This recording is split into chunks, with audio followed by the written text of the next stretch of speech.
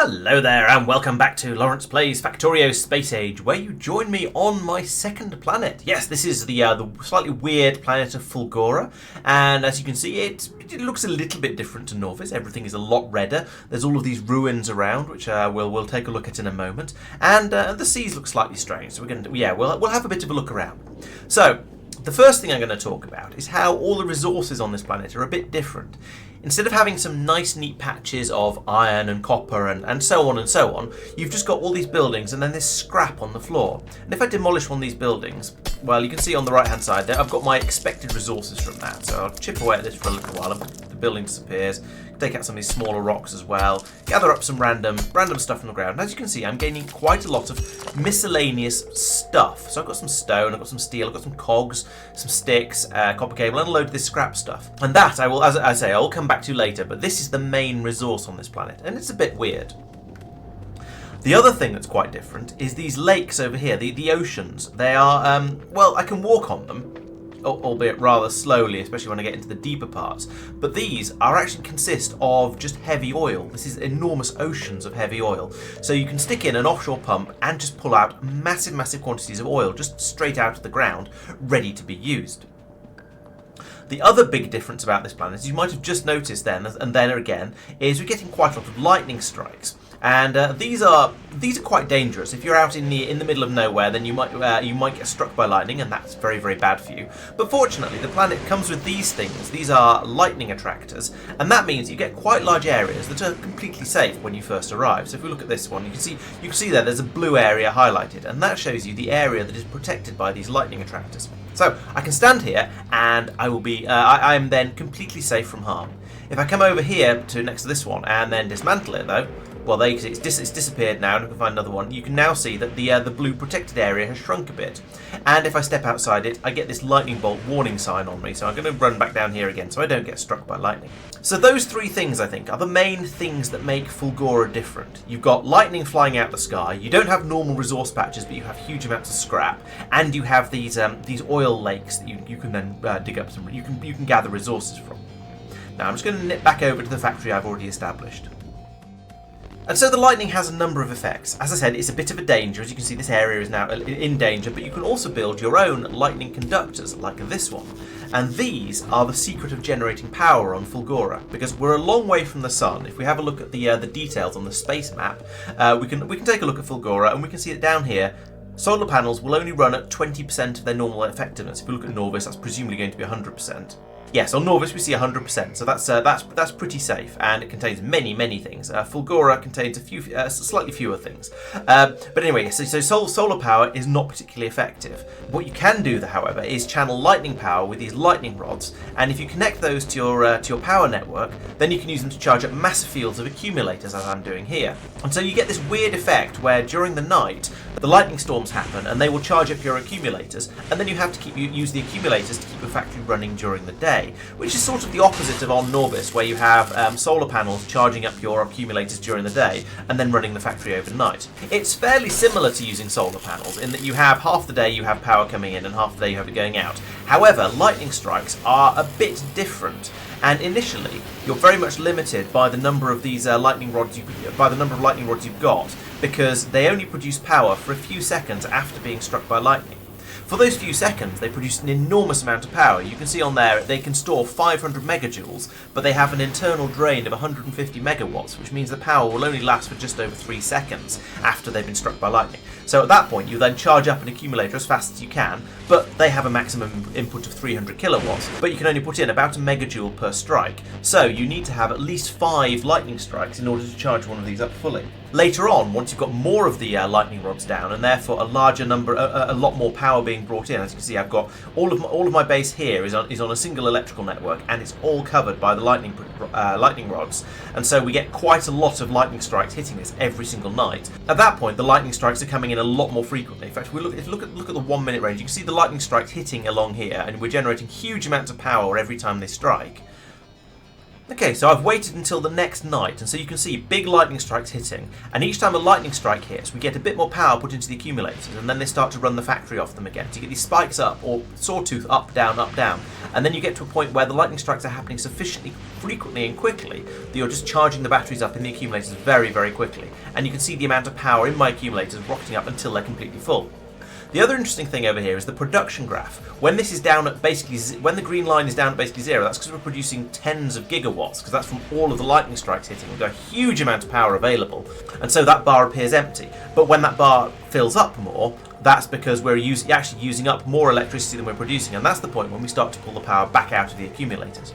And so the idea is you have to build up your enough accumulators to keep the factory running overnight, and also have enough accumulators to be able to take in a decent amount of power and charge them all up reasonably quickly. And I've now got to that point. There have been points in the past where you can see along here, these were dipping all the way down to zero and we were running out of power in the accumulator, so that meant just simply that I needed more accumulators. And as you go further and further back, well, I have had varying levels of amounts of power available as in the time I've been spending on this planet.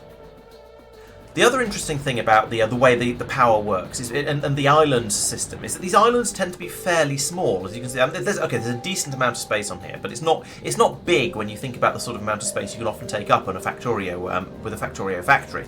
They are not too far apart, so it doesn't take too long to run from say here to here, but it's far too far apart to run pylons across from one to another to pass the power over to this island. And so if you have an outpost like this one, it needs to have its own self-contained power system. So over here, I've also got various lightning rods, like this one, and if I mouse over that, you can see that I've covered my entire mine area over here. So I've got various lightning rods covering the island, and then their own accumulators that are holding enough power to keep all the drills running. And again over here, you see the same sort of shape where we're using up some of the power. Then you get lightning strikes during the night, and that charges the accumulators back up again. So this one is working absolutely fine. It's we have a successful mine over here. Trains coming over and picking up all the goodies that are being dug up on this island. But it has to have its own completely self-contained power system in order for it to work. The other interesting thing about the islands is that you tend to find that the sizes of the scrap piles are almost inversely proportional to the island size. So over here, for example, here's a patch I haven't touched. It's 500,000. That's not bad. This is a reasonable sized island, and we've got 250,000 and another 122 there. This is a tiny little island that's basically just a scrap patch, and that's 65 million, and that's after I've been mining a certain amount out of it. So it's a really, really good patch. But you have to squeeze in a station and some power and a power system and so on onto this tiny little island, and therefore that's going to limit how nicely you can do your drilling. And my system here isn't perfect. I'm doing a load of side loading of belts where I probably shouldn't be, but it is producing the scrap faster than it's being used, as you can tell by the fact that these chests are all basically full. So for now, I don't really care about this not being a perfect setup, but it could be a bit better, I will admit that. So there's not a lot you can do in the oceans at the moment. I don't have any form of landfill that will work on this planet. And as I said, you can't run cables over them, you can't run pylons across them, but you can run elevated rail. So once you've developed elevated rail, you can put in these rail supports and then run a railway system from one island to another. Now that only works in the shallow heavy oil, not in the deep heavy oil, which means you need to sort of plan your route a little bit. You can bridge over the deep stuff, but you have to put in enough supports in to hold the railway up, and those can only go on the shallow oil, and that's the stuff you can walk over reasonably quickly. So I actually built this one out by, I think from a train, building it as I went over there, rather than trying to wade through the deep oil and just getting stuck in it. But you know, it worked quite nicely. As I say, this does mean we have unlimited heavy oil. So here's an offshore pump pulling heavy oil out of the oceans, and in this case we're making it into lube because we needed that for bluebells, I think it was. And I've got a couple of other places down here we're using some as well, and we're cracking that down into light oil as well because I need that for rocket fuel. So there are a few places where we are using this heavy oil, but so far it is a resource that I have crazy amounts of available, but I'm hardly using any. I suspect that'll change in the future. I'll start shipping it off to other planets, perhaps, probably in the form of rocket fuel. But for now, this is a bit it feels a bit underutilised, shall we say. Now, let's get on to that scrap resource I was talking about, because that's kind of weird. And it's being brought in by a train over here, unloaded into the station along a belt, as you'd sort of expect. And also I've got a patch of it that was on my starting island over here that I've depleted most of. There was also another patch down here, which, as is traditional, I've put a station in to replace. But basically, we had quite a lot of scrap, some nice patches. There's still 500,000 left here, although some of it is underneath my other facilities, so probably won't get used. But I'm digging that up and running it through the processing facilities over here. Now these are producing all kinds of miscellaneous stuff. So if I look over here at my scrap recycling, well, I've got 200 of it in my inventory, so I could recycle this myself, but you can see the probabilities of getting stuff out here. So for example, there's a 20% chance of getting an iron gear wheel out, so we get quite a lot of those. And then other stuff is smaller percentages, so 5% of ice, 4% of stone. And then the really valuable stuff, you get the processing units, blue circuits, red circuits, low density structures, are all things that can be produced from the scrap. So you're getting really quite advanced things out. We've got a nice steady supply of miscellaneous junk just flowing out of here and going into a sortomatron, which I shall come back to later because that's gone through a number of different steps. But this means we're pouring out large quantities of all kinds of different things, and it's mostly quite high level stuff. And that means if you want to get lower level stuff like iron or green circuits or copper, you need to end up recycling some of these things. And recycling is a new thing that's been put into Factorio 2, where you can take in miscellaneous products and put them through a recycler as well. So in the case of concrete, for example, that might turn into some iron ore, or it might give out some stone, I think, whatever else goes into concrete. Or if you have blue circuits going in here, then they'll pour out lots of green circuits, because that's how you make blue circuits. If you put in cogs, then you might get out iron plates, and all of that then flows down the side here and goes back into the beginning of the sorting system. Once you've got it all sorted, you can then feed it out onto a bus as you would in anywhere else in Factorio, and then start making things from it. But there's a little bit of thought required in that. My first attempt at sorting all this stuff is pretty much what you see here, although without the yellow belts in the background. That's the sort of the Mark II. So we'll look at it up here. And as you can see, I've got a stream of stuff coming in here, and we're sorting out, in this case, pulling out the concrete, it's going into a box, pulling out the low density structures, that's going into a box, pulling out the iron plates, they're going into a box, and so on, all the way up. So we get all the different resources coming through and being sort of sorted out by these splitters. The problem with this is once eventually these boxes fill up and then things jam up. So here you can see we've got the solid fuels filled up. So I've had to put a split out for that somewhere else, and so that was causing problems. The other problem is if you re-recycle something and you get something out you hadn't dealt with yet, then that also goes up and clogs up at the end. So there were a lot of problems with this basic sortomatron system. So that was the Mark I though, and that it didn't work brilliantly, but it was good enough to get me started. For the Mark II, I then put in this system over here on the input to it, and that works similarly. Over here you can see we're pulling out all the stone here and passing it along this way, but then there's another splitter here that prioritises one way, and this goes over to the storage system as I was showing you before. But if it fills up, then it'll overflow out to the other side of the splitter, and that will then flow up here to go into this system up here, which is just designed to dispose of the things that can be disposed of easily. So things that don't dismantle, like stone and ice and solid fuel, you can't turn them into their constituent parts because they don't have constituent parts. So in that case, there's just a 75% chance of them being destroyed and a 25% chance of them being turned, remaining as the thing they were before. So you can see there's a bit of solid fuel, a bit of stone coming around here, but it's mostly being destroyed. I also put in a system down here that's dealing with the red circuits, blue circuits, cogs, batteries, copper cables, and concrete in a similar way. But they're also monitoring down here and watching to see when we have a shortage of green circuits and a surplus of red circuits. Also, if we have a shortage of plastic and a surplus of red circuits. And if that's the case, then it'll tell any red circuits that are being fed along here to be passed up to this recycling system.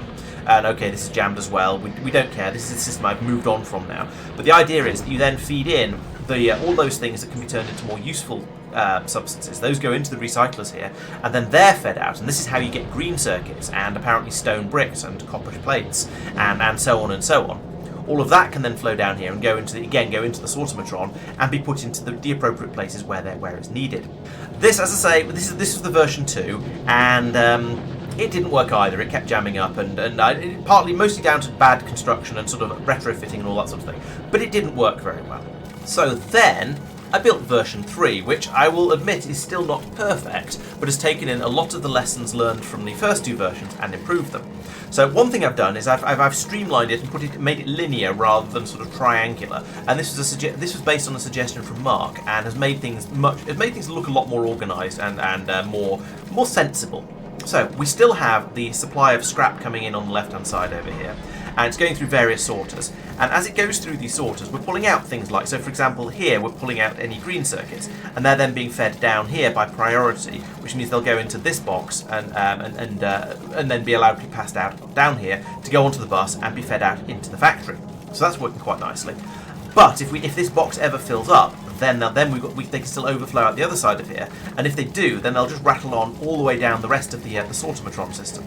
So for example, let's find an example of something that has filled up. Yeah, over here we have a box that's completely full of gears, so that's full, and that means the gears are being passed straight through. You can see a couple of them on the belt there, so they'll go through here, and then that means they'll eventually be passed out all the way through, and they'll come out on this belt at the end, which brings them round up to here to be recycled. Now, again, this is sort of, the theory is good, but unfortunately I don't seem to have the throughput I need in order to keep the stuff running around and being recycled. So it's a bit jammed up at the moment. This needs further improvement. I guess I could, maybe what I should do is prioritise the left input here, and that will allow us to try and get rid of more of the output that's coming from the recyclers instead of the new stuff that's coming in. I also would then need, I suppose, to put in a belt balancer over here, so I could put that, and bots fly in to do my bidding, as is their way. Lovely. And there we go. Now we have and there we go. Second time lucky. We now have a proper belt balancer. So that's gonna split it onto both sides of the belt, and that should be able to just flow in here a little bit more now. We should be able to get rid of a bit more stuff, and hopefully that will allow us to pull. Yeah, there we go. We're pulling in a bit more on the input belt over here, so that's running a bit better, which means the flow down here is going to be running a bit better. So hopefully we'll now actually be able to get rid of all of the junk that's being reprocessed, and then the system will hopefully work a little bit more smoothly. We'll see how that goes though, because it's not guaranteed. Then we may still run into some issues. Well, we'll see. But it's just down to the throughput available on the belt system down here. One of the things that did occur to me is that this feels quite a lot like the core mining system in space exploration, in that you're digging up one type of resource that then turns into lots and lots of different things when you process it, and you then have to think of some way of balancing all of that. It's a bit different from Space Exploration's version, because in this case you get lots and lots of different resources out that are all very, very high level, whereas Space Exploration just gave you the core resources, and you've got the recyclers to sort of smash through a load of the stuff as well, to turn it into, well, anything else basically. But in a conceptual way they're kind of the same. But then the big difference on Fulgora is you're then dismantling stuff to try and get the more basic resources out of it, rather than always taking the basic resources and building them up to the more complex ones. And that's very, very strange, and it's taking a bit of getting my head round. But I like it. It's interesting, and I'm really impressed with how they've come up with something a bit different for this second planet. And I'm hoping and I'm strongly suspecting that all of the planets are going to have the same sort of different feel as I get further and further into it. One of the dangers of this sort of recycling system is that things can get overloaded a little bit, because some of the things that you put into the recyclers turn into a lot more things than you put in. So for example, if we look at the recipe for a low density structure, it takes 27 things to make it, and even if you only get 25% of that back, you're still looking at getting about 7 items out for every one you put in. And so your output belt kind of needs to be a lot faster than your input belt in order for things to work constantly, with that particular example. Similarly with processing units, you're putting in 22 items into that, and so even if you're only getting a quarter of them back out again, you're still looking at getting 5 or 6 items out. And so it's quite easy to overload your output belts. Maybe I should upgrade these to blue, or maybe, I don't know. But anyway, it's a bit of a risk, but it's something we'll just have to deal with. And I feel like it's mostly working, but I am definitely aware that it needs a little bit more effort and a little bit more tweaking here and there to actually get it to be as reliable as I would like it to be. The funny thing about this resource gathering system is that for quite a long time, the resources I was short of were green circuits and iron plates, because green circuits have to be made by recycling other things, and I wasn't recycling them until I had more than a certain amount of them. And iron plates, again, the only way to make iron plates on this planet is to recycle the gears. So again, that's quite weird, and it was giving me sort of shortages of it. However, I then had an absolute brainwave. I think it was triggered by something somebody said in chat, but I can't remember who it was, and I don't think they said it exactly. But I have a spaceship hovering over this planet that's gathering in enormous quantities of iron ore from the massive metallic asteroids. So we shoot those up, and then the grabometrons can reach out and grab them, as we talked about in the last video. And then there's no reason why I can't drop some of that iron ore from here down onto Fulgora, where it drops in and it lands in this cargo landing pad here. So we have pods dropping in and landing down here. In fact, if I increase this for a moment to demonstrate the point, we will have pods dropping in from space, bringing in the iron ore, and it can then be unloaded onto a belt here, passed up, and I've got a smelting system up here that will smelt it. To be honest, that should probably be down here and then just feed the iron plates in, but you know, I've built it like this, and we'll probably adjust that later. So there you go. You see landing pods dropping in with large quantities of the iron ore that I've been asking for, and that can then be passed out, and we'll feed it into the rest of the system.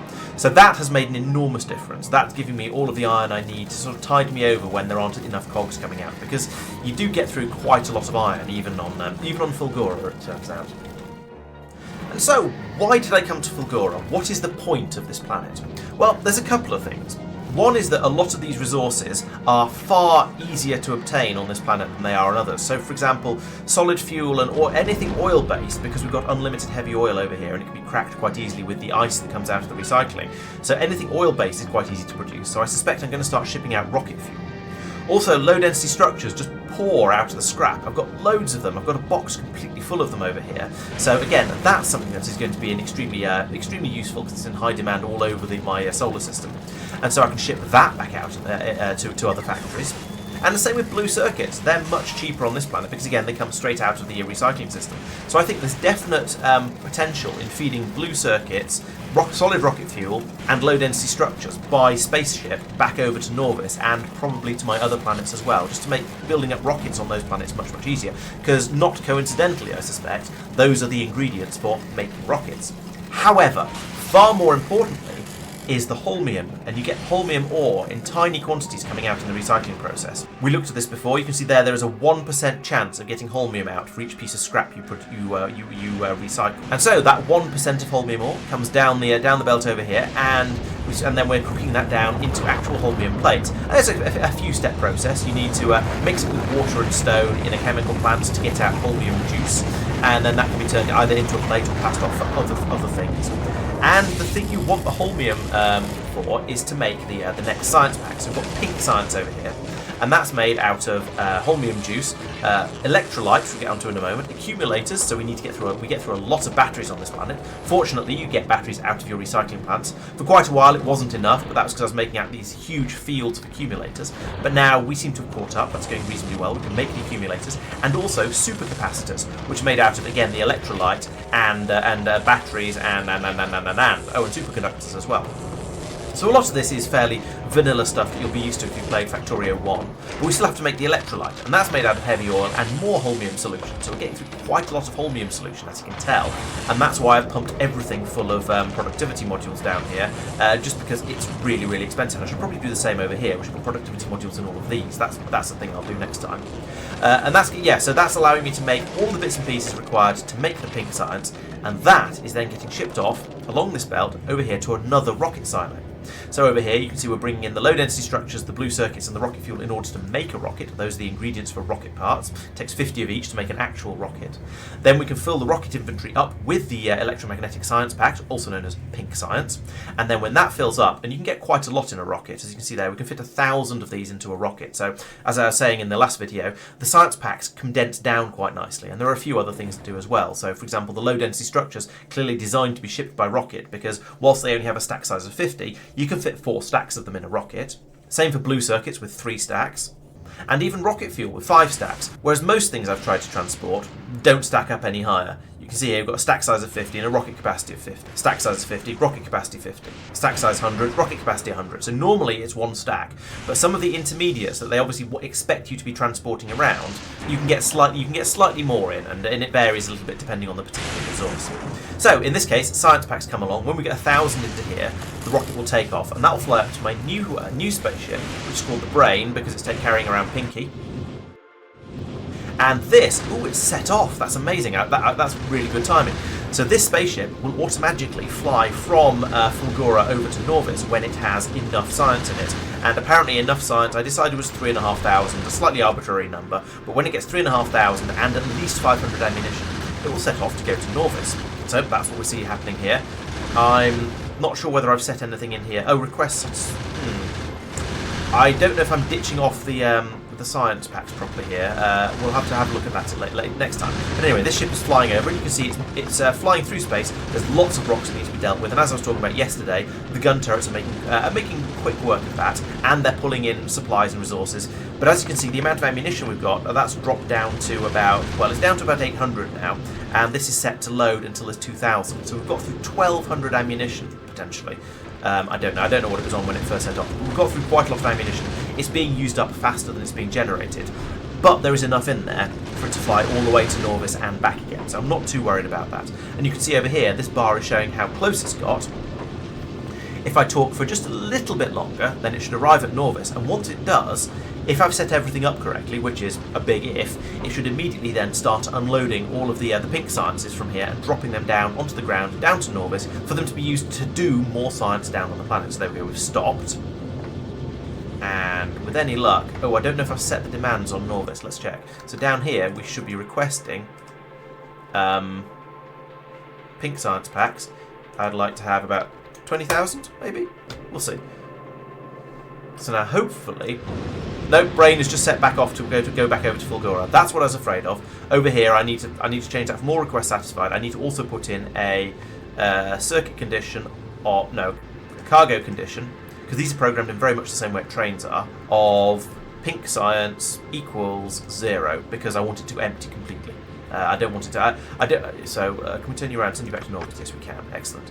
We'll fly back over to Norvis, and then it should start unloading that pink science, and it won't leave until it's got rid of all of it. That was a bit of an oversight there. Wait, no, hang on. No, that's wrong. Cargo equals... Oh, it had unloaded all its pink science. Never mind. Go back to Fulgora. I'm an idiot. It had all the pink science has been unloaded, so that's now all dropped down to here on Norvis. I just missed the pods being dispatched, and so it's now been unloading onto this belt, and that's being sent over to the labs so that I can use it for doing more pink science. These are my first pink science packs that have actually made it to Norvis, so this is actually quite exciting. And it's also happened after I'd stopped streaming, so we'll gloss over this a little bit. But fortunately, this video won't come out until after my next stream anyway, so we can pretend this never happened. As I was discussing earlier, I have a serious shortage of the holmium coming through, and also I had a serious shortage of batteries before, and that was the limiting factor, which is why I came over and put in these productivity modules into all of these machines over here, and why I still need to over here. Unfortunately, if you put productivity modules into an electromagnetic plant, then it starts to use obscene amounts of power. You can see there we're using plus 300%, so it's using 8 megawatts of power at the moment, which is horrific, which means I've then had all kinds of power problems on this planet. And you can see if we look at the graph here, during the night it's been dipping down all the way to 0. We've been completely flattening out the accumulators, and so I've needed to expand out. I'm putting in more accumulators out here, and I will need to put in even more just to keep everything running nicely, and because we don't want to have a power crisis every night. Still, the basics are working quite nicely. Finally, well, the elephant in the room that I've been carefully ignoring is all of these white modules in these recyclers along here. That is something I will come back to later. These are the quality modules, and I'm going to talk about those in the next video. So, thank you very much for watching. Please come back for the next one. It'll be coming out next Friday, probably, where I, as I say, talk about quality modules and a few other things I've discovered in the meantime. So, yes, as always, thank you very much for watching. I shall also be continuing with the streams every Monday and Wednesday for the foreseeable future until I've got as far through this game as I possibly can. So, yes, I think things are going pretty well. Thank you very much for watching. Please make sure you subscribe so you don't miss out on everything else that goes on the channel, and I'll see you next time. Bye-bye.